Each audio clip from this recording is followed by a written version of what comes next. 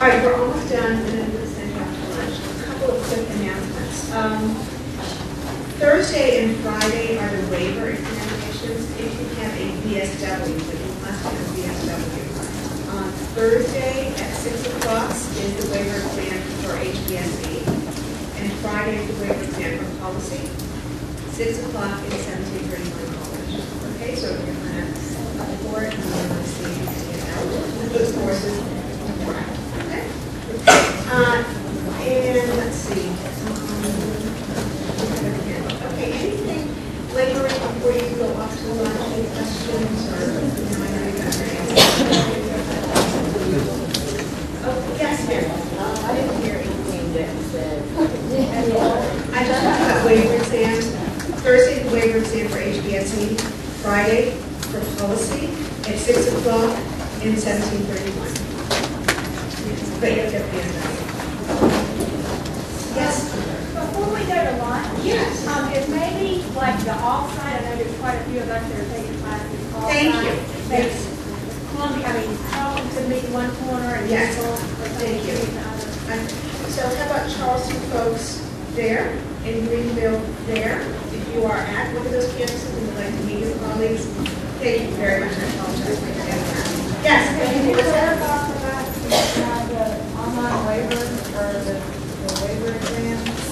And did you first-time students you started off on Thursday? I'm sorry, I didn't hear that. Okay, you have part-time students who have classes Thursday. Okay. So just kind of talk to me. Okay. And we will just work this out with the instructor who is made the exam. Okay. It's a small number of people we can work this out as a big. Okay. Anything else? Yes, yes. The folks who want to meet with their colleagues. What did I say? Okay, and then we'll see you back at 1:30.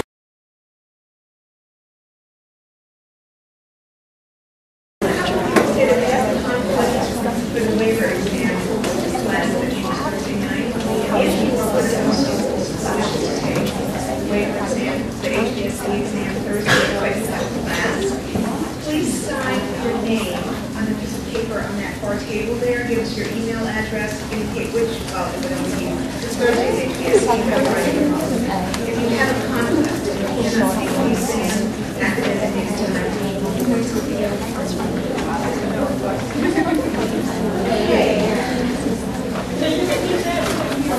I'm sorry. Dr. Johnson, did you want me to remind you, A, you BSW, take this. If you want to take the waiver exam on Thursday for HBSE, Human Behavior and Social Environment, it is scheduled on Thursday night, and if you have a class Thursday night, which a few people have indicated, please sign your name on the sheet over there and give us your email address, and we will work out an alternative testing arrangement. Okay, Dr. Johnson, our Associate Dean, take it away. This is all the important information which you haven't gotten yet. Right?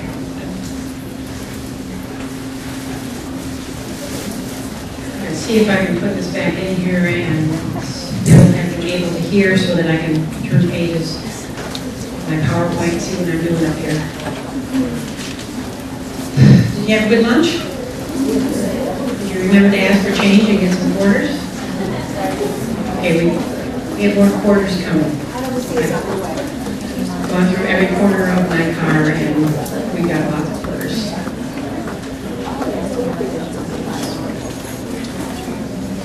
Alright, and the clippers will come. Alright, once again, I'm Miriam Johnson. I'm the Associate Dean for Academic and Student Affairs. I've been doing that for about 4 years. Keep learning something new all the time. My office is in Cornwall. If you go to use the computer lab, my office is the first door on the right as you come in the building.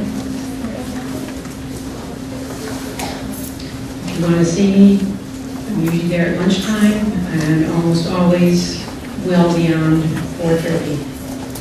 Usually till at least 6, sometimes later than that. And we'll make time to see you. Otherwise, if you want to make an appointment, I will work around your schedule. I'm not in the classroom, so I have a lot more flexibility than your classroom teachers in terms of being able to meet with you.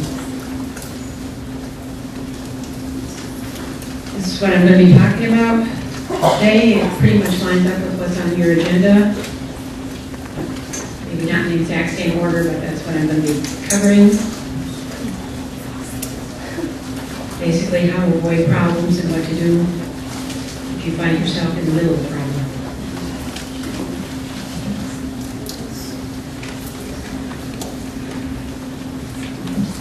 All right, anybody know what the 80-20 rule is? Out in the real world? Over here. 80% of the business comes from 20% of the customers. In my office, 80% of the problems come from 20% of the students. On the other hand, it's not really that bad. It's more like 10% of the problems. And 90% of you are going to be fine. And 10% of you will have problems or issues or something that you're going to need some help with. So what we're wanting to do here is figure out what the barriers might be and how to avoid problems before they happen.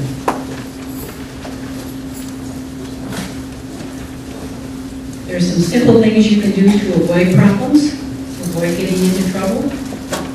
One is show up for class. Come on time, stay until the end, pay attention, don't fall asleep. Another is to ask questions and make sure you understand what the instructor expects of you. I tell my faculty that it's worth their while to spend a lot of time on the first day of class going through the syllabus. Even if you already have downloaded copies from Blackboard, go through the course calendar, make sure everybody understands what's going on and what they need to do. If you don't understand, you should ask questions. When I was in the classroom, I gave points for participation, and that included asking a good question. I assure you that if you have a question, you don't have to be shy. You will raise your hand and say, I didn't quite understand that. Could you repeat it, please? And there will be 10 people behind you saying, thank you for asking. I was too shy to ask. Okay, if you don't understand, probably there are other people who don't understand either. So don't be shy about saying, I need some clarification. It's not clear. Could you repeat that? Could you slow down? Could you write that on the board? Whatever it is you need to do to understand what you need to understand. Work on managing your time. There are a lot of hints about how to do this. We have a center on campus that helps with study skills. Make a calendar and figure out when everything is due. Start early. Work at it. Don't leave things to the last minute. We have students who get in trouble because they left things for the last minute, and then they panic and the computer freezes up and things go downhill from there.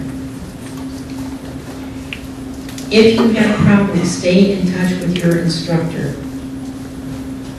They're there to help you. One of the most frustrating things for us is when we can't get a hold of a student who we know is struggling, who we know needs to be talking to us.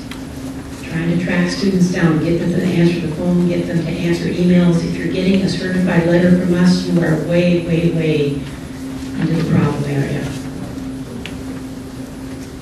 So stay in touch with your instructor.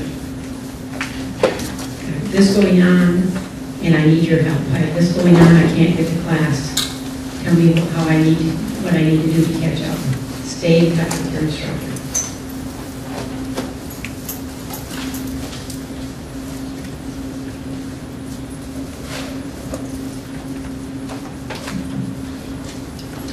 A lot of resources, you've heard about some of them already. Writing Center on campus, which will not write your papers for you, but will help you figure out where you're going wrong and what you need to learn more about. Some resources for APA style that are online. The APA manual. Disabilities office. If if you have a disability, or if you think you have a disability, it is worth your time to register with those folks. I don't know how much they shared with you this morning, but instructors, classroom instructors cannot accommodate you until you've been to the disabilities office and they decide what it is that you're going to need. At that point, they will give you a letter to take to your instructor that may say, this person needs extra time to take tests. And the instructor then is required to accommodate you. Don't wait until the final exam to decide that you may have disability and you may need some accommodations. It's too late then. Counseling center. And this is the one that I find most frustrating. It's students that I see in my office, and I know their names, and it's usually a bad thing if I know your name. They have been in trouble for a long time. They have been sinking fast. They have issues going on in their life. They have relationship problems. They have sick family members. They have apartment fires. They have car accidents. They have all kinds of things going on. They have things that come up in class that reminds them of something that happened earlier in their life, some traumatic experience. We have many, many, many wounded healers in this program. People who come into social work because of something that happened in their life and some social worker helped them and they want to give back. But being in the classroom, studying these things, sometimes bring those things back to them and they have to deal with them again. I have students say to me, literally, I didn't want to go for counseling. I didn't want to look weak. I should be the one giving people help. I shouldn't be the one asking for help. You need to know that it is a strength to recognize when you need some help and to seek it out. That is a strength. We encourage you to seek help. We want you to seek help. It can be a great learning experience to be on the other side of the desk, to be in the client chair. Okay, the people at the counseling center are really nice people. They're really helpful. They really know what they're doing. The service is for free. You get 12 sessions for free. They deal with all kinds of things. They know what it's like to be in school. They know what it's like to be a graduate student. It's an excellent resource. If you need it, take advantage of it. Question?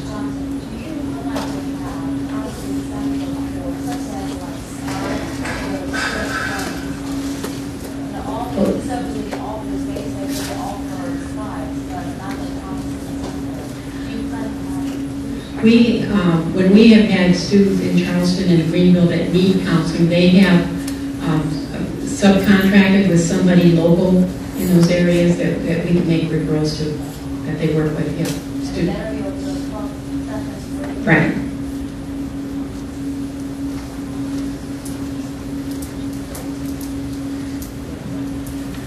Okay, and I've got 2 more resources for you.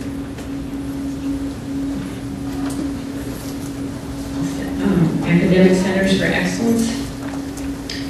That's in the Thomas Cooper Library. Help with study skills, help with getting ready for exams, help with organizing your semester, those kinds of things. I've got the link up here and also their phone number.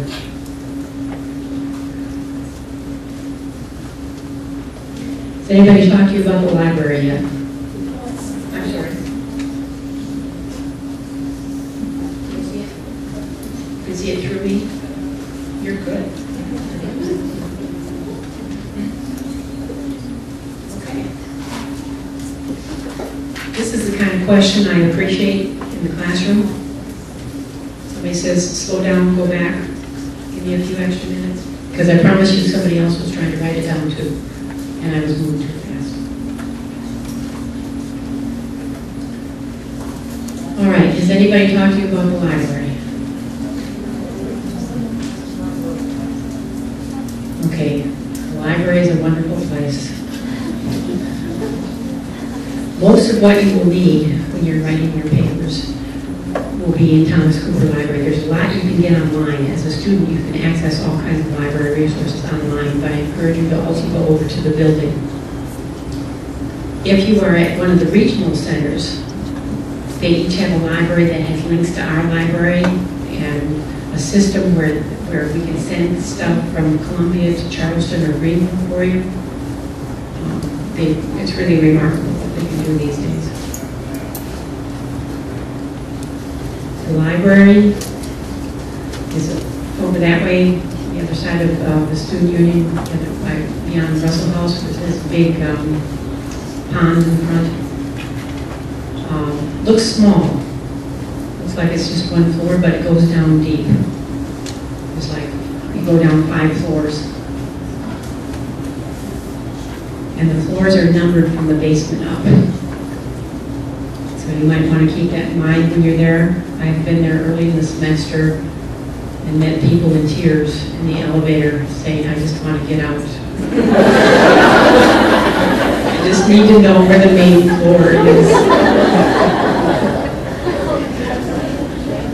So the numbering system for the floors is a little complicated. The numbering systems for the journals and the books, not so complicated, but figuring out where you are in the building and where the exit is, that's tricky.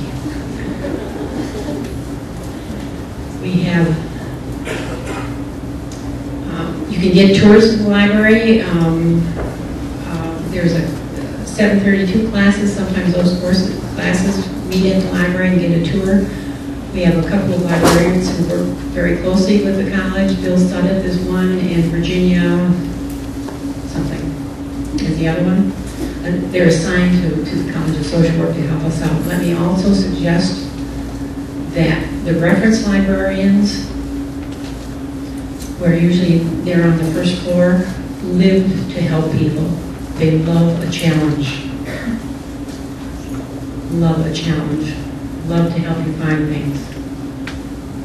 A colleague and I were over there looking for a book. We said the author's name, his first name we think is Robert, and the book was something about this and that. The librarian said, I know exactly what you're talking about. They feel a tremendous sense of accomplishment when they can help somebody find something totally obscure and hard to find. That's their job. That's what they're there for.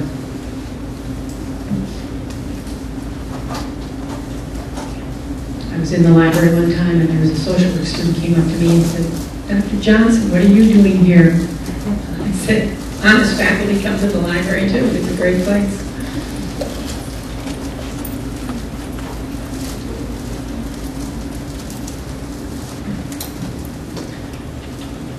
All right, if you have serious problems.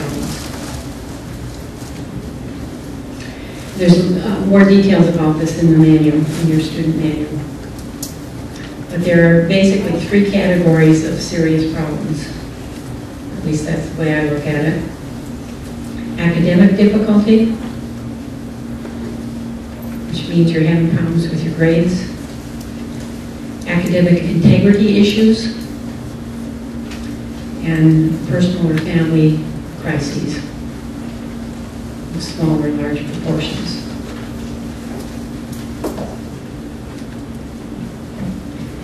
Academic difficulty. This is what happens when you don't keep up, when you're not in touch with your instructor, when you're not reading, when you're not ready to take the tests, when you don't proofread your papers, all of that. If you don't earn at least a C in a required course, you will get a letter from the SPAN saying, heads up, pay attention, you need to get it together. If you get a C counts for graduate credit. If you get below a C, you have to take the course over again. Grades below a C do not count for graduate credit. The grade will stay on your transcript and you have to retake the course. And that means you may be a year behind because of the way we schedule the courses. If you fail to maintain at least a B average overall, the graduate school, once the grades come in, will put you on academic probation, and that means that you have a year to bring your grades up to a 3.0. bring your grades up, your GPA up to a 3.0 after a year, the graduate school will suspend you. You will not be allowed to continue.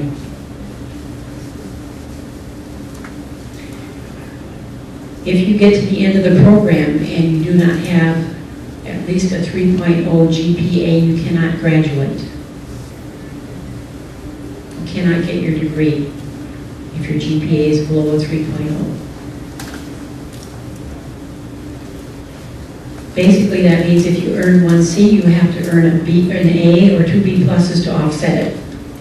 Ms. Span is really good at doing the math on this. She can tell you exactly what you need to do to bring your GPA up to where it needs to be. And we have something in the college called the 4C rule. And that means that if you have 12 credits that are below a B, that could be a C or D or an F, or a U in field, that you will be suspended from the program. It means you're just not getting it, that you're probably not in a place where you need to be in graduate school at this time.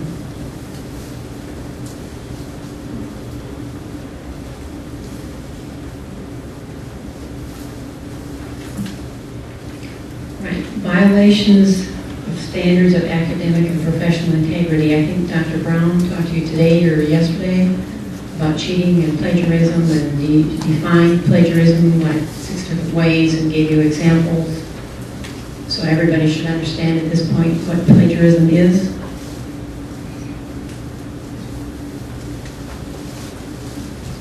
It's using somebody else's words or ideas and presenting them in a way that you're taking credit for them. If you, in any particular course, have a question about plagiarism or citing things or what's allowed or not allowed, talk to your instructor. Ask for clarification. Dr. Brown went over the NSW Code of Ethics, Carolina Creed, and the rules for academic responsibility. Those are the 3 places that we're looking at, the 3 codes that where violation is a problem. We all want to be professional social workers, and honesty is one of the standards for being professional. My experience with plagiarism, and I have a lot, unfortunately, is that usually a classroom instructor comes to me and says, I think I have a student who has plagiarized. And I will ask them to confront the student with whatever evidence they have. I think Dr. Brown talked about, we have computer programs now that tell us when there's a lot of material that has been copied and pasted from someplace else. Then if it looks like it happens, the instructor doesn't have to prove it, but if it looks like this is probably the case, we make a referral to the Office of Judicial Affairs.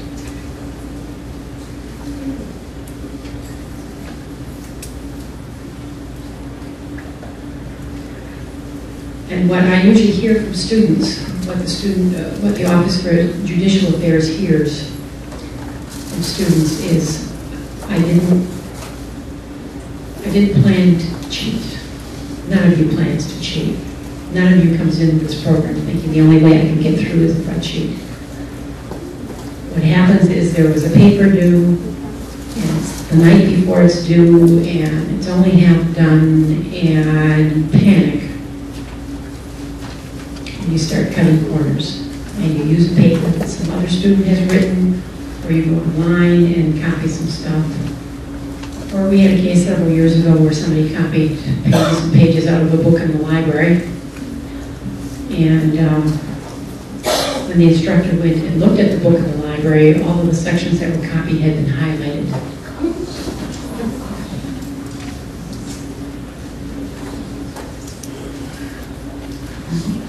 My recommendation to you, my suggestion to you is, again, knowing that you are good people, that you don't come into this program expecting to cheat, wanting to cheat, wanting to do shortcuts.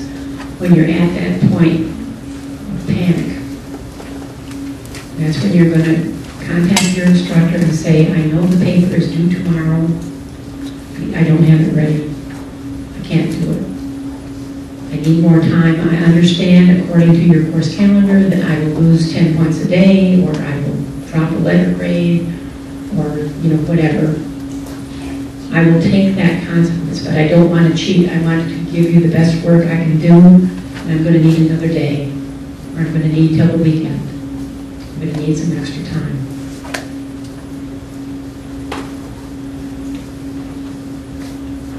Sometimes things come up and you can say, and I just wanted you to know that I'm in the hospital with pneumonia, and the instructor may say, you know what, I think I can give you a little more extra time than that. We'll work with you, but don't let the panic take over and lead you to do things that you wouldn't otherwise do. If we catch you cheating, and by that I mean the Office of Student Judicial Affairs does an investigation, and they're pretty good at this. They've been doing this for a while, and they do it for everybody on campus. It's up to the instructor to give you the grade. They don't tell the instructor what grade to give. It's always the instructor's prerogative. The instructor may give you, if you're very, very, very, very, very lucky, may give you a chance to redo the assignment. But they may just give you a 0 for the assignment. They may let you turn it in again with a reduced number of points. They may give you a lower grade for the whole course. They may give you an F for the whole course. I've seen all of those. And I've heard students say to me, but I learned what I needed to learn in the course. I got an F. I said, no, instructor's course calendar said, if you cheat, you will get an F in this course. You have to take it over again. The instructors do report all the violations to the Office of Student Judicial Affairs and Academic Integrity, and they can impose additional sanctions. The sanctions are lighter if it's a first offense, but one reason we have the office is so that they make things consistent across campus, and they can tell when students are cheating for different courses in different departments. They keep hold on to all that information. They can give you some kind of special assignment. Usually it's something having to do with learning about integrity and plagiarism. They can put an X on your transcript next to the grade for the course where you cheated. Big black X.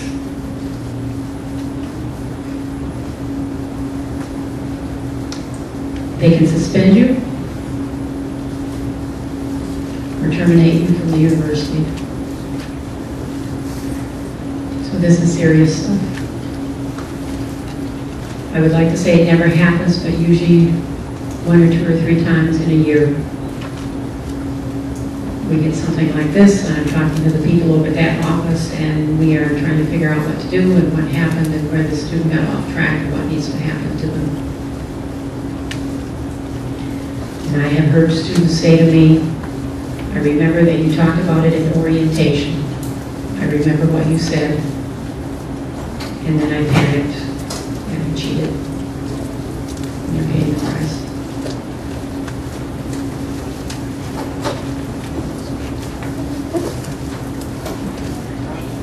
Right, personal and family crises.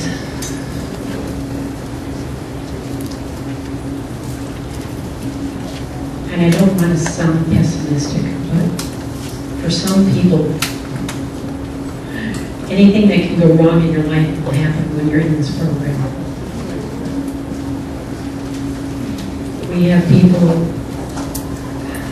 we had a gal with a brain tumor. First year she was in the program, bless her heart, she finished the program, not that semester, but dropped out, got treatment, came back, finished the program, graduated. The SPAN will say to you, the program will be here. Take care of yourself. Take care of your family. Do what you need to do. If your plate is already full and you're trying to deal with all kinds of family crises and illness and everything else imaginable, give yourself a break. Give yourself time. We will be here for you. You can come back.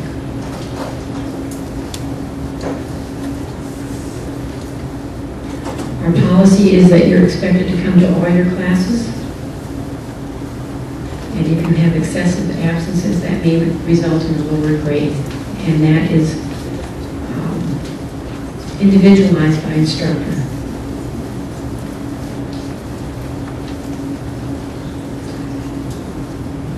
Students say, why isn't it the same for every instructor? Well, it's because instructors are different and courses are different. Some courses are very experiential.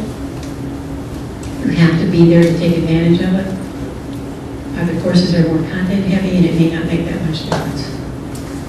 So some instructors may start dropping your letter grades after a certain number of absences. Some instructors will count points if you arrive late or leave early. Each policy is different. But there should be a policy in your instructor's course calendar. It should be very clear, and you should expect that they will follow it.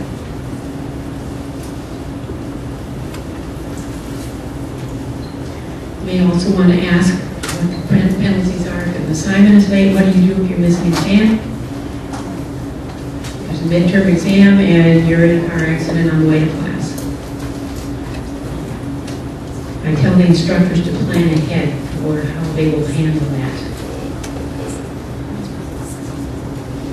And we don't want to scare you because the instructors really will work with you. They understand that things happen beyond your control. They will work with you and try to figure out how to get you through, how to get around it, how to make it up.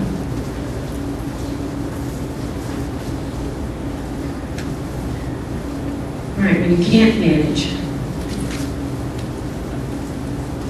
and you are sinking fast, you could drop courses. The university on the master schedule, they have the dates, and early in the semester you can drop a course and you'll get your money back. And then the further you go, the less money you get back if you're dropping courses. If you drop practice classes and you're in field, you also have to drop field. Because the policy is that you have to take the practice class before you're in field or at the same time you're in field. You cannot go ahead in field if you drop out of the practice class.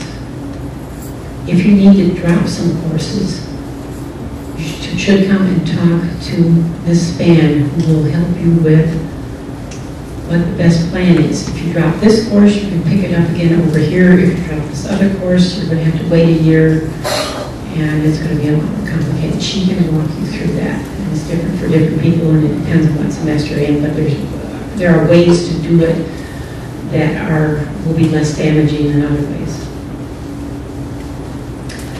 You can do what's called a withdrawal for extenuating circumstances, and this is after the last drop add date, but before the grades come in. I recommend this for people whose lives have just come apart. It is really more than you can manage, and you're looking at getting probably at least incompletes and more likely Fs in all your courses or Cs. You come talk to Ms. Spann, come talk to me. At some point, you have to decide where you're going to cut your losses. Don't just walk away. Come and talk to us. I've had students who have major crises in their life, things that they cannot control. They drop off the radar screen. We don't hear from them again. We don't know what happened. We don't know where they went. They end up with 4 Fs. And a year and a half later, they come back and say, this is what happened. Can I get back in? Yes, they can get back in, but they've got 4 Fs on their transcripts. And you have to make a whole lot of A's to take care of your GPA in that situation. So much better talk to us, withdraw. We will ask for a letter from your doctor or your counselor or whoever it is that can testify to what's going on with you. We are not, we don't need 15 pages of diagnosis, just 2 sentences from your doctor. Cancer diagnosis, you have to go into chemotherapy, can't manage your classes. We approve it, we send it on to graduate school, they approve it, You get a W on your transcript, not a WF, you get a W on your transcript. All your instructors will say, makes sense to me. Let's cut our losses now and come back when we're feeling better. But you have to do it during the semester. Don't wait a year and a half and then come back. It is way late to try to fix it now.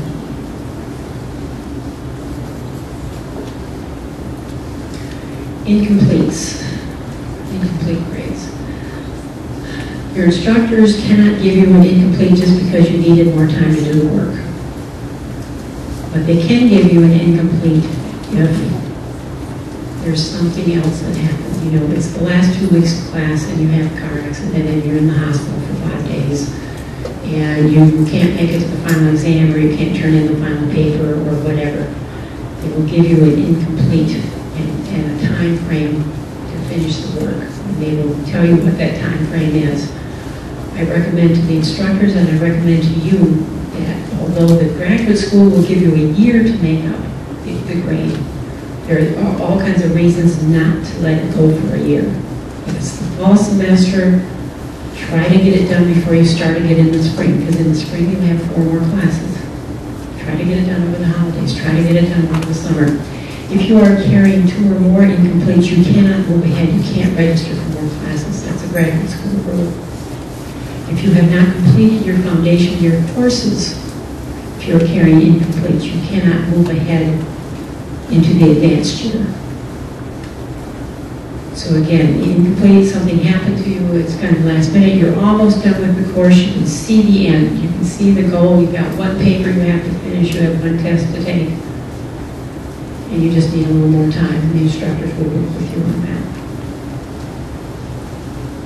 And again, you come to us, the instructor, very often instructors come to me and say, you know, what should I do in this situation? How can I work it out to help the student get through? And we figure out a plan.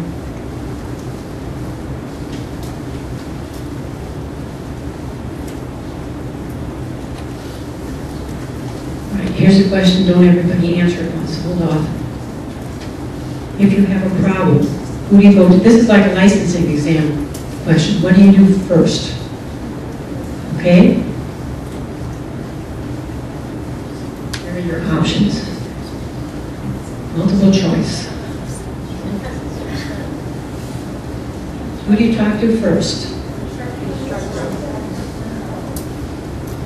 The instructor or the staff person involved. Whoever you're having a problem with, that is the person that you talk to first. If you talk to somebody else, the appropriate response for that other person is to say, have you talked to the instructor? Have you talked to the staff person that you had a problem with? That is step 1.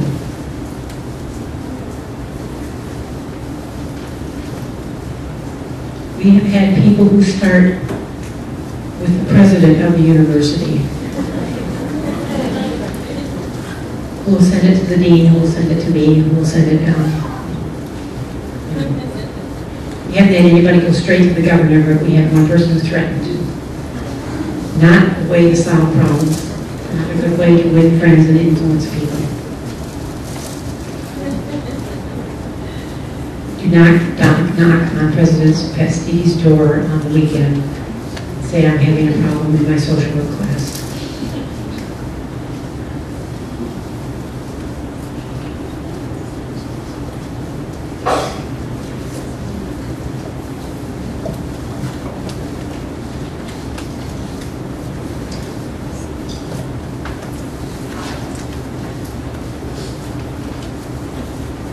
So you start, first you have a problem with, there is one exception to that, and that is if it's a sexual harassment allegation.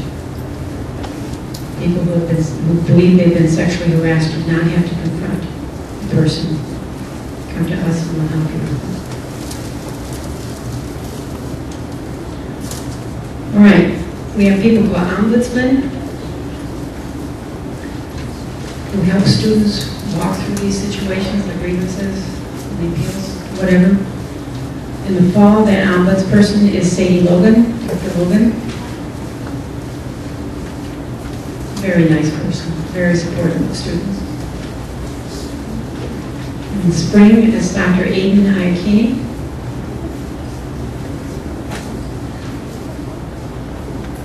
Newer faculty, but has a very good understanding of grievances and how that all works. Summer 1, we are in the process of selecting somebody, and summer 2 will be Dr. Brown, Nancy Brown, without the E on the end.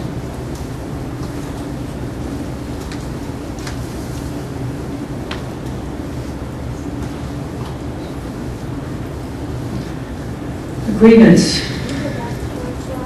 I'm sorry, yes.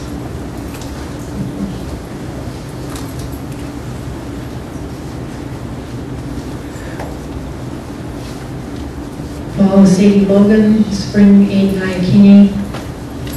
Summer 1, we don't know yet, we're very close, and summer 2 is Nancy Brown. Ready?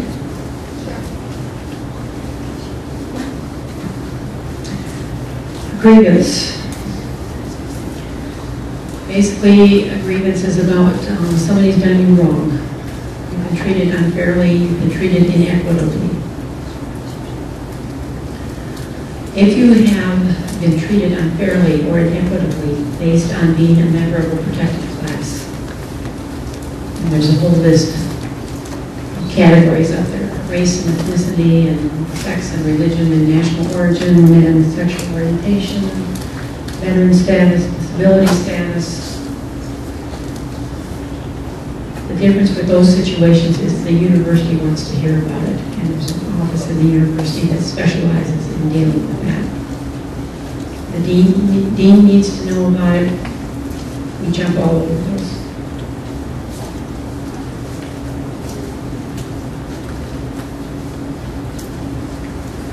Not very common. I mean, not a common occurrence in the College of Social Work. Thank you very much.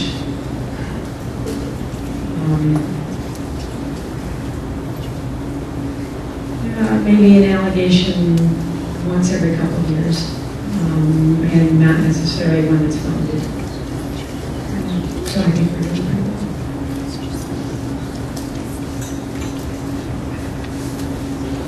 well. Other kinds of grievances. This is ones that are not related to sexual harassment or discrimination. Could be that your instructor is not doing what instructors should do, as in not coming to class, canceling lots of classes.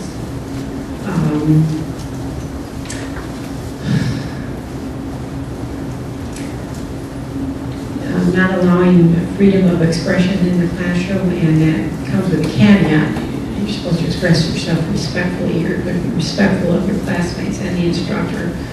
But, and I don't think we've ever had this, an issue with this, but kind of clamping down on students expressing opinions that may differ from the instructor.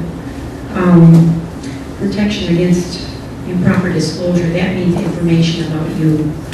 We have what's called FERPA, that's a federal law about protecting student information. We're very serious about that. Casual conversations about students or their grades or what's going on with them is not allowed. Your advisor needs to know about you. Your classroom instructor needs to know about your performance in that particular class. I get to know a lot about you, but I have to make a lot of decisions. But casual conversation, casual sharing of information about students is not allowed, and that would be a violation of policy. Those kinds of grievances are handled in-house with the College of Social Work Grievance Committee. Unjust or inequitable treatment that's not based on discrimination, or something that creates an unnecessary hardship.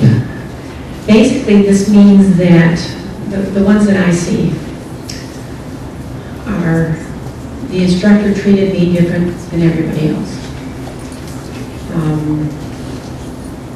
Everybody else had a 10-page paper, and I had to write a 30-page paper. I don't know why that would be, that would be an example. The calendar says that this is what's required, and then it got changed, and I got caught in the change. And I thought we had a clear understanding of what was required in this course. The grievances that I've dealt with where clearly the student was on the right side was when there had been a course syllabus or a course calendar that said, you know, this is what we're going to do this semester, and then it got changed without the student's agreement or without the student's input. And in those cases, the calendar and the syllabus is like a contract with you. It's a written contract. It's a written agreement. It doesn't mean it never changes, but it doesn't change without your input. Example of when things might get changed, when I've been in the classroom and I have a due date for a paper, and the student would say, we have exams and 2 other courses that day.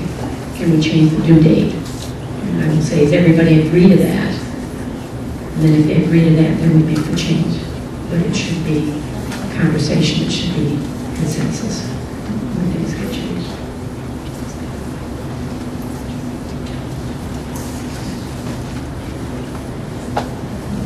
The role of the ombudsman is to advise you, to help you through the process.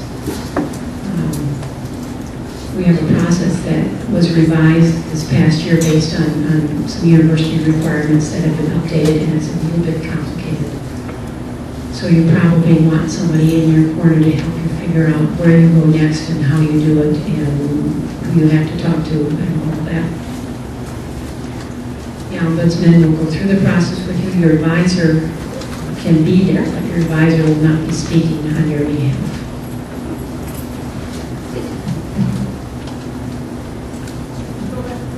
Sure. Yeah. If the ombudsman or your professor or your advisor is the one you have agreements with, then we appoint somebody different. Good question. And we've had to do that sometimes.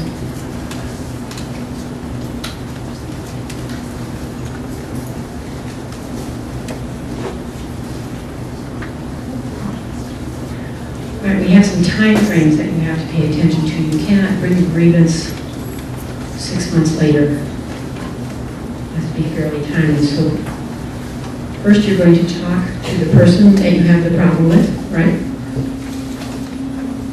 Then if there's no resolution, you are going to talk to the program coordinator within 5 days, and that would be Dr. Farber unless the issue is with the certificate program, and then it would be Dr. Reith or Dr. Brown. So you would contact that person within 5 days. If there's no resolution at that level, if Dr. Farber can't help you figure it out and get things taken care of, then you would speak with the ombudsman, and that person would help you figure out how to move ahead with a formal grievance policy.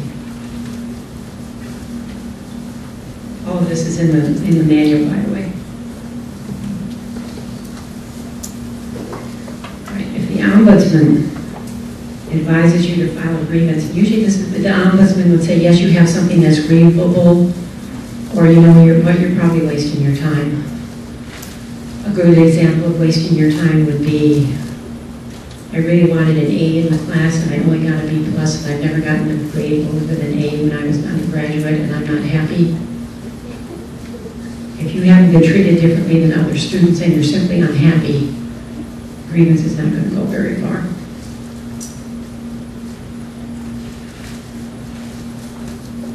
Right, so the ombudsman will kind of walk you through the steps, talk you through the steps.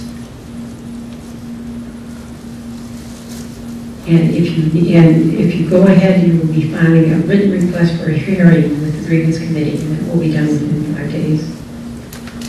And I'm thinking, without having the policy in front of me, that when we say 5 days, we mean 5 work days. You know, that if we have fall break and school's closed for 5 days, that we don't count those 5 days. It would be Monday through Friday, regular classroom days. Grievance committee will review. They will invite people to come in and present them with information. There will be a hearing with the student present. They will listen to all the sides. They will make a determination and a decision and let everybody know. If If the student is still unhappy at that point, they can appeal the decision of the grievance committee. And there are also policies at the university level where you can go to graduate school and keep going on, but usually things are settled at that level.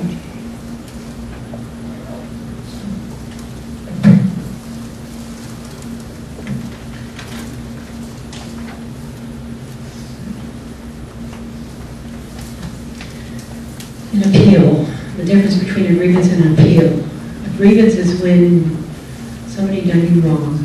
An appeal is when you screw up. You're going to throw yourself on our mercy. You're going to ask for an exception to a policy.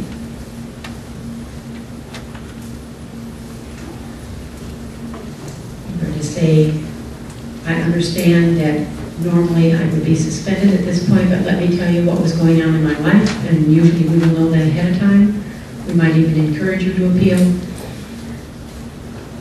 And you're going to say, I will look at it, and other people will say, you know, basically this is a strong student. This is a good student. She had a really rough semester. This was what was going on in her life. It's a wonder she could make it to class at all. She's hanging in there. Let's give her another chance. That would be a typical course for an appeal. Just hit a major bump in the road. You need a second chance. We will waive the policy and let you keep going.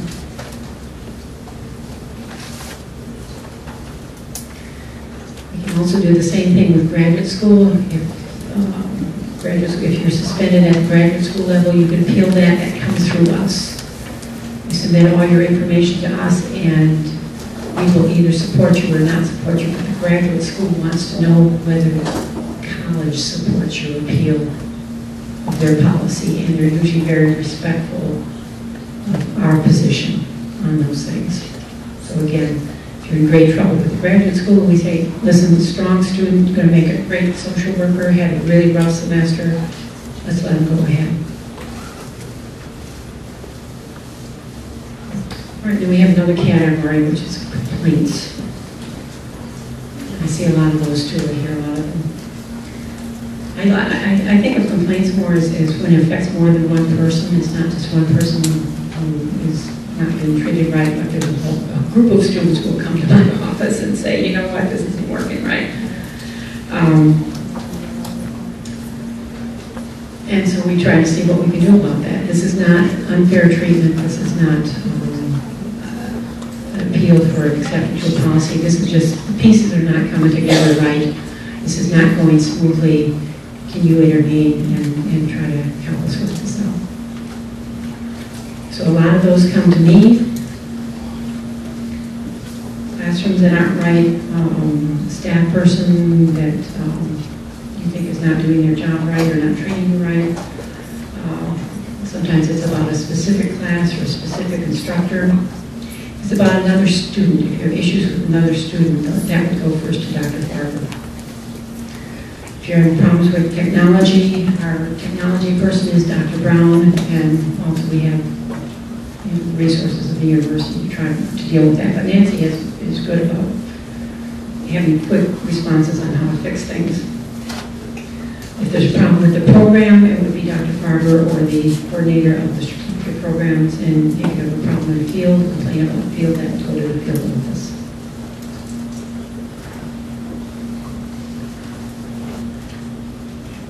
All right, one last reminder, this is like the fourth time I've said this now, right?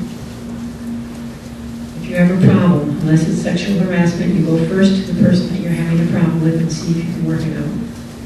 Great practice for being a professional. You have problems with people all of your professional career, and you're going to figure out how to solve it that way, working with that person. You're going to be proactive. You're not going to wait for things to get out of hand. You're not going to wait for things to get worse. You're going to jump on this. And remember, here's the cheerful thought at the end. All of us are social workers. Even some of our staff people are social workers. We're good at listening. We're good at problem solving. And we're here to try to help you. We're nice people. I always feel comforted when I send people back and say, I know they're nice people. You can talk to them. not mean. We're not out to get you. Everybody wants you to succeed in this program. That's what we're here for. Okay, any questions?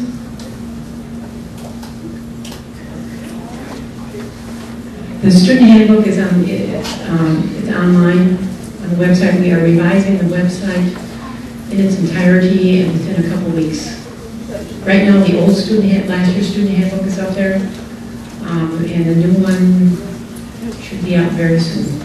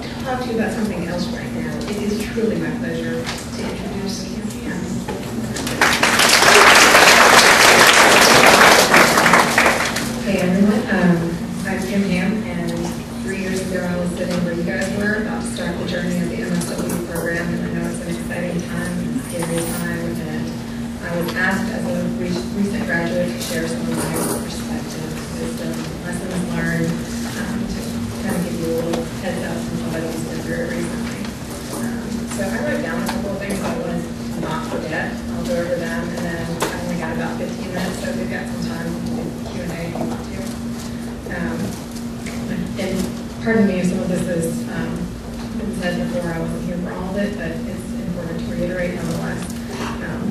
First of all, look around, you've got a large class, a large cohort, and with that, your class sizes may be larger than your undergrad classes were, and probably the population is a little bit more diverse.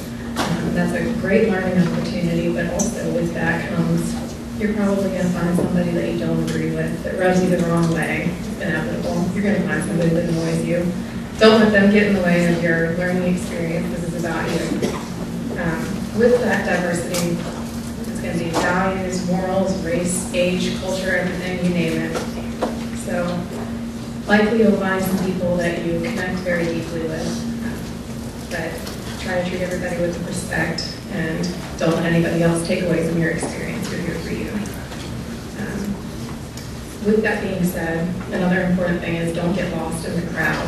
It's easy to get lost with such a large group. Strive to be your best. Don't succumb if you feel like if you're not being challenged to your fullest. Challenge yourself. There's no guarantee anybody else will challenge you, and certainly nobody's going to hold your hand at grad school. This is your experience. You're paying for it. Get your money's worth. You're investing in you. Don't settle for mediocrity when you're capable of greatness. And so many of you are. You're here not because of the money. You're here because you care to make a change in this world. And don't let anybody get in the way of that. Be your own advocate. If you need individual attention in such a large class, you're responsible for asking for it. So, do. Some of you might go on to get your PhD, but for some of you, this is probably your last stop in academia. So take advantage of all of the things that you can still get away with while you're a student. So that's a lot of things. You're not expected to know everything. Ask lots of questions. And very, very important, be professional. It's non-negotiable in your field. Act like it's your job. In class, it's a little bit more optional. It can be a little bit more casual. But think about it. These people are the ones that can vouch for your professionalism, your work ethic, and social work. And these people could potentially be references for you down the line when you're applying for jobs. And they could end up being your colleagues, so you don't want to piss them off. And take those opportunities with your field. If you have a GA, use those opportunities to the fullest. Your classmates could be your colleagues, and certainly use your professors. And I mean, you want them to think highly of you. You don't want to give anybody a reason to say nothing but great things about you. Make good first impressions. I know a lot of you probably are starting field next week. Is that right? Or have you already started field? Have you already started? Make a good first impression. Come prepared. It's better to be overdressed than underdressed. Dress for the job you want. Be very professional to these people. You want them on your side. Find a mentor. I think that was something that was really important for me. Whether it be in your field or somebody in the College of Social Work, find somebody that you can connect with and talk with that will help guide you as you're moving through the process, that you can ask specific questions to, that knows a little bit more about you individually. And they'll help you as you're looking down the line, applying for jobs and things like that. Gain a skill and ask for additional opportunities. If you don't feel challenged, don't limit yourself, ask for something else.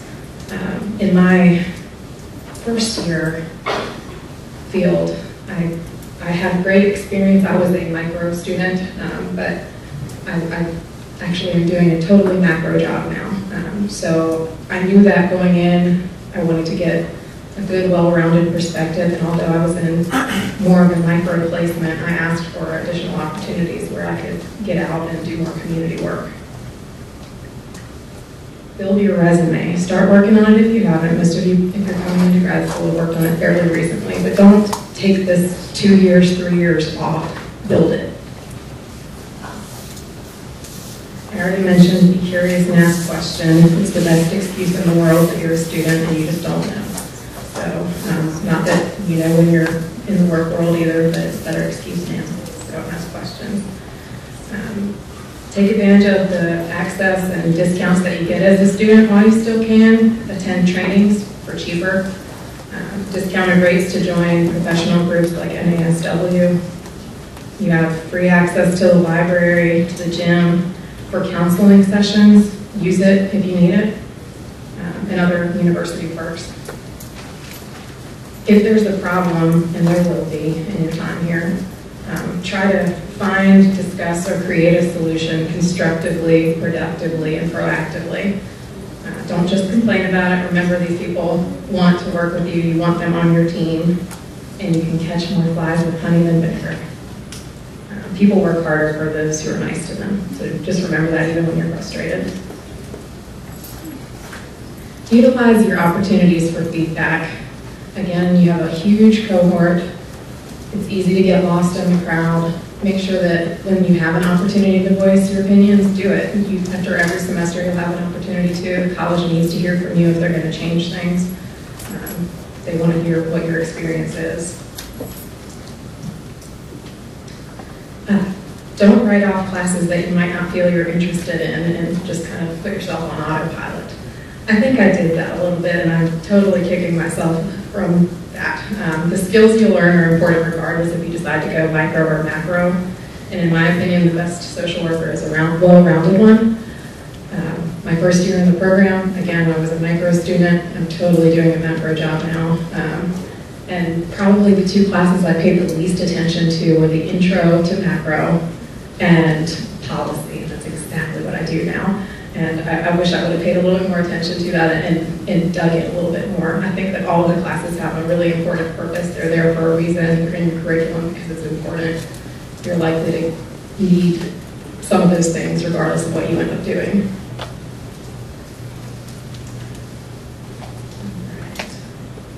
It's hard to balance school with everything else going on in life. Many of you work part-time, full-time, have families, planning weddings, and other responsibilities and commitments. Try your best not to put your education on the back burner. And I know it's hard. It's sometimes easier to put it on the back burner because you've got all this other stuff that's right in front of you now. But try to keep it in your mind that you're investing in your future. And if you put it on the back burner, don't be surprised if you aren't happy with your experience. If you put in minimal, you'll get minimal. If you seek a great social work experience, you can get one here. You get what you put into the program, and no one is responsible for the experience but you. Push yourself to make it great, not good. And it goes by really quickly. Soak it in if you can. So that's my basic gist. Does anybody have questions? Anything that was sparked by that? I have a question about your one. Were you already working for the agency when they offered you that job, or? Actually, kind of. And I also had some experience before going back to grad school. And my second year field placement was in a children's advocacy center. Where I work now is the statewide level of that, so I worked for one of the local centers. Don't ask questions about me, ask questions about the program. Go ahead. I don't know if you can answer this since you just know your own experience probably, but I attended a conference where a PhD said that if you were in grad school working on a PhD, you should expect to study 8 hours a day in addition to all of your classes. And I wonder how that compares to a master's program, what we should expect. Yeah, well, certainly that I don't know how to answer for everybody, but it certainly is more work than undergrad, and there's a lot of reading involved. So it just depends on how motivated you are to do that. For me, I might have a little bit of ADHD, so it might have taken me a little bit longer, and I had to get my own self straight and get in an atmosphere where I could focus a little bit. Anybody else have a question? Yeah. I heard it several times about building a resume. Oh, great. So I don't know if this is going to answer your question or not, and correct me if I don't. But one of the free things that you have at the university is the Job Center. I can't remember what it's called, Career Center. They can help you make it look as it's supposed to, as current things say. But use that. That's a big one that I didn't put on my list. Career Center can help out a lot with that. Do you have anything to add to that, Dr. Barber? And the Writing Center, too. I remember my first year, a lot of people utilized the Writing Center, so that's another resource that's free for y'all.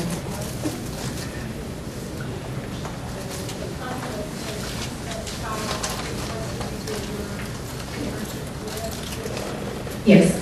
Yeah, and I would definitely, I'm sorry, I don't know if everybody heard that. The question was, no, I'm sorry. The question was, did I specify the places where I interned on my resume? And yes, especially for those of you who may not have had work experience beforehand, I would definitely do that. Make sure that you're including everything relevant to your social work career on your resume. But also indicate the placement and not a Correct. And yes. I don't know if everybody heard that. Dr. Barber said, make sure that you notate that you're an intern and not a paid worker. Yes, field placement is an internship pretty much. Yeah. Did you join any clubs or organizations over there? I joined the Phi Alpha Honor Society. I commuted in about an hour, so I had a hard time committing to regular after hours things, but I did do the Honor Society. I think that's a great idea to build your resume up as well and just get affiliated with your fellow students.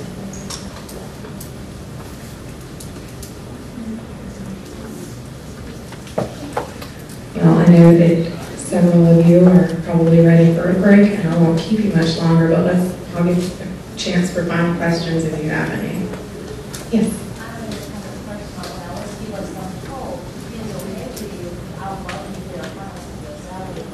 Oh, no, man. You're very sweet, though.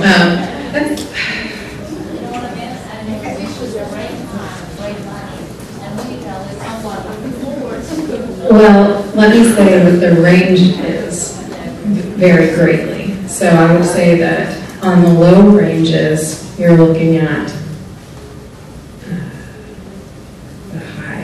the low ranges. You're looking at the high 20s too, and then the high ranges are probably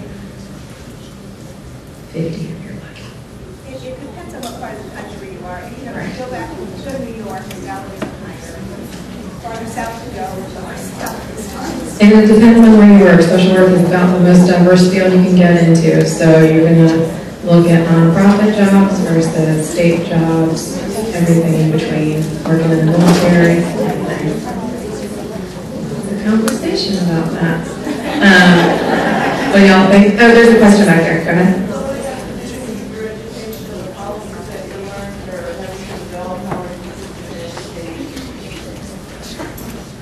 Okay, the question was how am I keeping, like, with current education and policy? My job is very much involved in keeping current with all that kind of field, so I'm consistently going to trainings and I'm at the State House a good bit. But I would say that for the average person that follows through this program, you're going to want to continue to get continuing education and things of that nature. Read professional journals. You will get in the habit of doing that for class. It isn't just for academic purposes. It's meant to be a lifelong habit of staying current in the literature, in addition to what you say.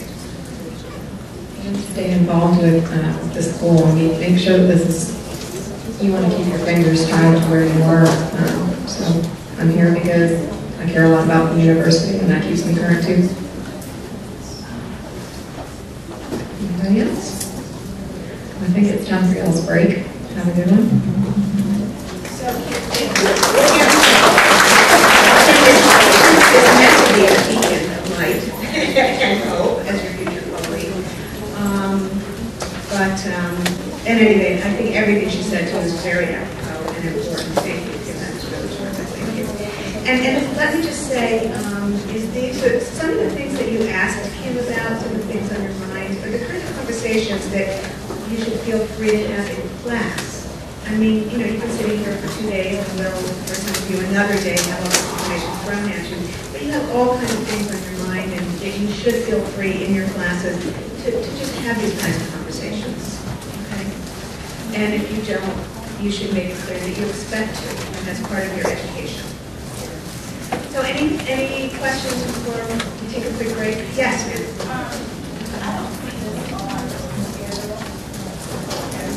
Sure, please. Sure. There's an option for us to do a field log In the summer? In the summertime? Will we get some information on that? Are you coming tomorrow? No. You're not coming tomorrow. That was a question about lock placements in the field. I would simply say to contact Dr. Melissa Reitmeyer for a detailed answer to that, about how to do that, you know, how you qualify for that. Do you know what year Okay. we do this? Will it be first and second or second and third or? It's for not advanced management couples. Right. It depends. It really depends. It depends on the circumstances. Sometimes that happens if you have to drop out of field and then you would do it in the summertime. It just depends on your circumstances. Okay? All right. So, but questions about field, definitely you ask Dr. Reitmeyer. And as with many things here, it depends on your individual circumstances. Okay? Anything else before we take a break? Kim, thank you. It was terrific to see you. We are just very proud of you. All right, whenever we get started, whenever we get started, we can get finished, okay?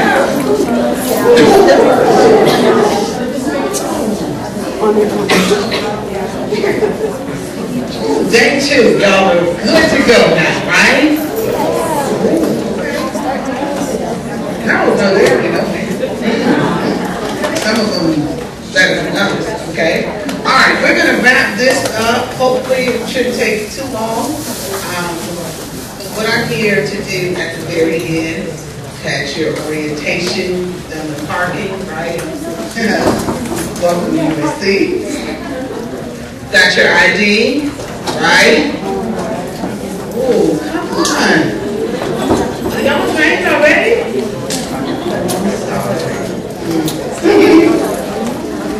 Okay, let's talk about what's going to happen in the next couple of days. Well, tomorrow, you have your field orientation for first-year students. Part-timers, this is a wrap-up for you, okay? Thursday and Friday, you will be at your field. For those part-time students who are in J courses, you have your first class. You have two classes, J712 and J741. Okay. J741 is social welfare and policy. The sequence coordinator, it doesn't matter who your instructor is, the sequence coordinator is requiring that all students meet in Columbia for the first and the last class section. Okay? So your first session, you're going to have to come to Columbia. It's going to be in the nursing building. If I'm not mistaken, it's supposed to be the first one. Ma'am? Wallace Wardlaw in education? Wardlaw? Do you have? Williams Rice Nursing Building. Okay, it's right over here. Yeah, so check that. Make sure you're at the right location. Okay, some classes, J712, if you're going to be in Columbia viewing the class, it's at the Swearingen Engineering Building. Okay, all right, but double check about that location being in the Wardlaw. Young lady, you said it was in Wardlaw? Yeah, that was right. When you print out, when you go to VIP, you can print on every class and get the location of where it's going to be. Okay, all right. Well, there are 3 different sections. That's why there's probably 3 different locations. So it stands to be that we all can be correct. Okay, that's very rare. Is that for J? 712. No, 741, I'm sorry. J741 policy. 712, you do not have to come. Okay?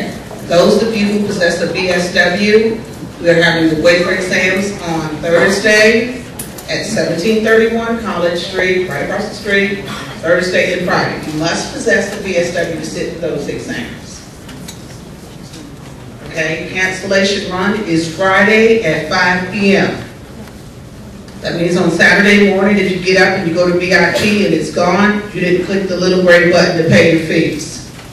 Okay, so please go in and make sure you've done that before 5 on Friday. If you're dropped for non-payment, please don't freak out. It happens every semester. Okay? Most students are able to go right back in and re-register for all of their courses. It's not a problem. Okay?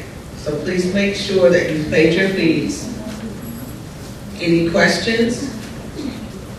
Yes, ma'am? Just saying that 741 does meet on campus for the first and last. Yes, ma'am. But 712 does not. Yes, ma'am. That's what I said. No. Psychopathology does not meet. Okay, the only class that meets is the policy. Okay? Okay. Internet courses, you don't necessarily have to come to Columbia. You can be at home, logged in on Blackboard, and watch it there. Okay. That's in the engineering building. Do you know where California Dreaming is? Oh, okay. Well, meet me afterwards, okay? All right. I saw a hand in the back. 2 of my classes, 712 and then the 758. When I go under my Blackboard, there's nothing. I mean, there's no syllabus, there's no book. There's no link or anything? Nothing. Okay, that doesn't sound like Dr. Nancy Brown. She's normally proactive. Okay, but what I'll do is, she's emailing 758. I don't know, normally Dr. Brown is really savvy. She's tech savvy. She doesn't look it, but she's really tech savvy. Okay. I tell her that all the time. She drives a little smart car that, the half a car. Yeah, most faculty. The information is some reason it's not accessible to everyone. So I told her that, and she's going to email everyone enrolled in it with whatever instructions. What about the other, the 712, who is your professor? Oh, he's been teaching this forever. Just give him a minute, okay? I promise you, he will email you. Don't worry. Yeah, just kind of exhale on that. He's been teaching it for a long time. But don't worry. Okay. Don't worry. Any other questions? Yes, ma'am. You said that J741 is not in the Walmart building, so who do I call to find out where it's going to be? No, there are 3 different locations for J741. One is Wardlaw, one is the nursing building, and the other is that engineering? So that's engineering building, yes. Okay, so you need to check which section you're in. There are 3 sections of 712 and 3 sections of 741. Okay, whichever section you're in, that dictates which site, which classroom setting you go to. Okay? Now, I will check your registration in the next couple of days to make sure that you've registered for the correct course, that you're not in PhD classes. No, we've had people do that too. You know, that you're strictly in social work classes. Okay? All right. Any other questions? Part-timers do not come tomorrow. All right? Okay. All right. Full-timers, you're here for a field. And if you have a graduate assistantship, I need to see you immediately after this. Okay, I know you're ready to go. I don't have any other questions. You all have my telephone number. You all have my emails, right? I know. Some of you are, okay, hold on. Yes, ma'am. 8:30? Okay, Field. Yes, ma'am. It says it relates to academics. Oh, really? Okay. Do we get tickets to go to the football game? You get the opportunity to have your name submitted in the lottery. Okay?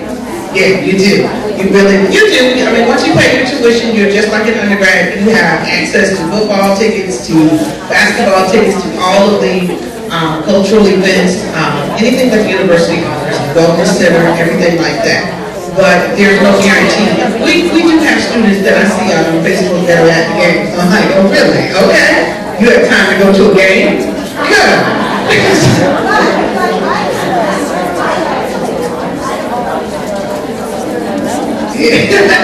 Yeah. Yes, ma'am?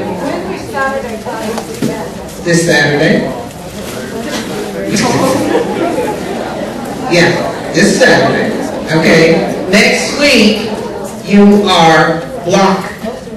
Get your field placement. If you are doing something creative, if you are a part-timer that is taking classes during the day,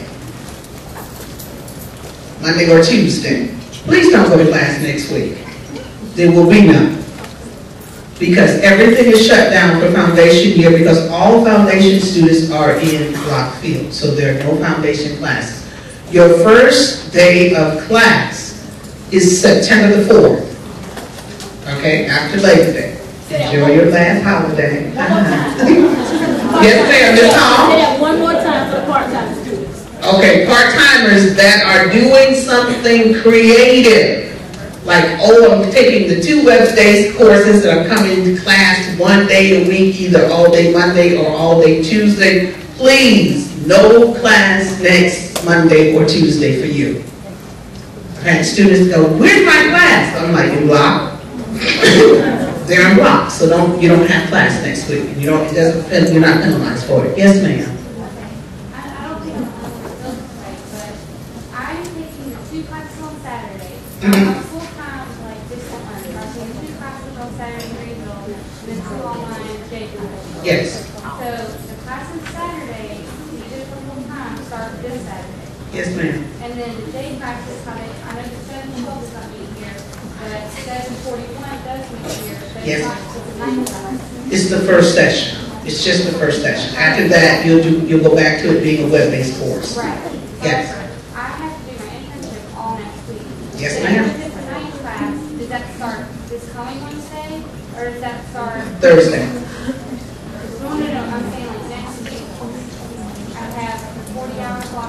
Right. You have a night class on Monday and Wednesday. Right. Yes, ma'am. So that will start next. Yes, ma'am. You have a class this week for the 1J741. You have 2 classes on Saturday in Greenville. Monday night, you have your HIPSY, Human Behavior 712 with Kennard DeBose, and then the very next week. See, when you do something creative, it's like, I want to do this for comfort, and I'm going against the standard plan. Right. Oh, okay. You're right. It has not. I keep it down to make sure that. That would be me.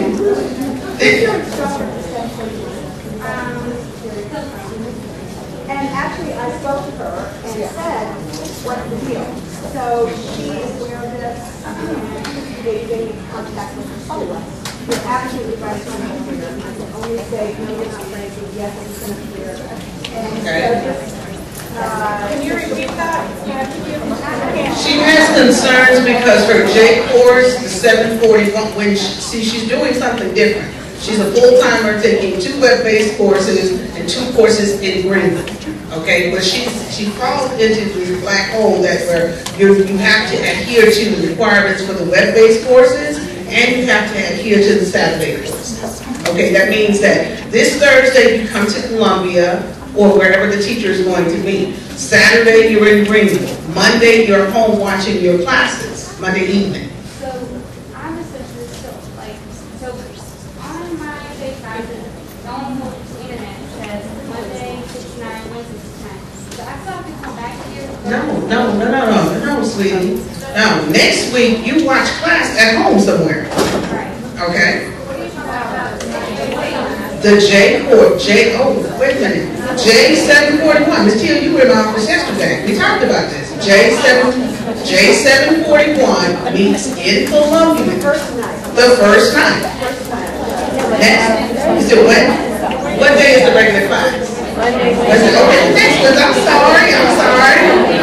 Nothing on Thursday. I'm sorry. There are Thursday night classes. Yes, there are. It's psychopathology and dynamics of substance abuse. Okay? I'm sorry. Before we get everyone confused. Okay, those are the online courses. Okay. Yes, ma'am. Hold on. All right. This Thursday is the very first time of class. And that will be the day that Dr. Nancy Brown. And she will send you via Blackboard everything that you need. Okay? Some of you are taking psychopathology or some of you are taking dynamics of substance abuse as an elective. Okay? I think this like you saying, time-wise, she can't be in Greenville doing whatever she has to do, and then be back here for that line. Yeah, we know. Because I've been hearing all this stuff about full-time. People don't start school until after Labor Day. Right. I understand that I'm not official. On Wednesday, that's on 7:41 class from 6 to 9. I thought that was I thought we had this internship week. And then You still have internship. Yeah. I know. I've addressed that to the associate dean that there are people who are doing something creative that are having that issue. I don't know how they're going to resolve it, be it allowed. I don't know if they're going to report it or not. Relatively small number of people that are serious content. So that's why the instructors in the like their program is going to contact you to figure out what to do. It's sort of meshing the online, the full-time, the part-time, and so they totally know this. Okay, I'm sorry. No.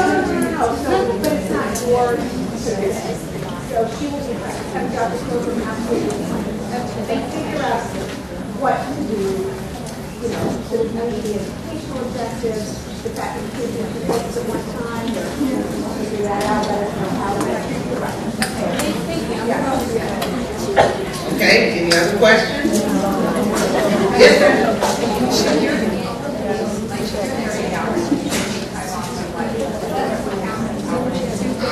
I will let Dr. Breitmeyer handle all of your questions tomorrow. That's her area of expertise.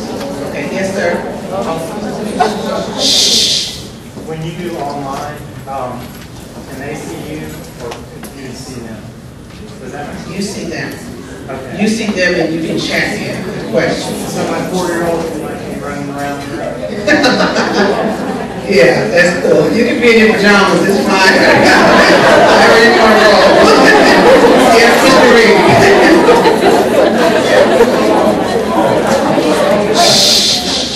All the PowerPoints, are they going to be online? Yes, yes. Your faculty have done this a long time. Okay. Today? Dr. Barber, I think this is good. You can go back and view it. Well, first of all, it's already page and then everything will be on the website. Okay. Yes, ma'am? Is there a link where we can access the faculty, like by name? Yes. And then they'll have a number? Yes. It's called faculty and staff profile. Yeah. All you have to do is go to the College of Social Work's website, click on click on faculty or staff, and every person, okay, from the dean on down. It's on the main page, it's on the Right, it's on the College of Social Work's website, okay? All right, did everyone sign up? Did you see your advisor sheet? Did you sign up? Please, it's very important. They are your faculty advisors. It does not mean that you may not call me, okay, if you have questions or concerns. But you do need a faculty advisor, okay? And I get really...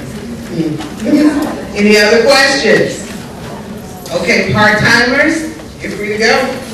Woo-hoo. All right. Full-timers that don't have a GA, you're free to go too.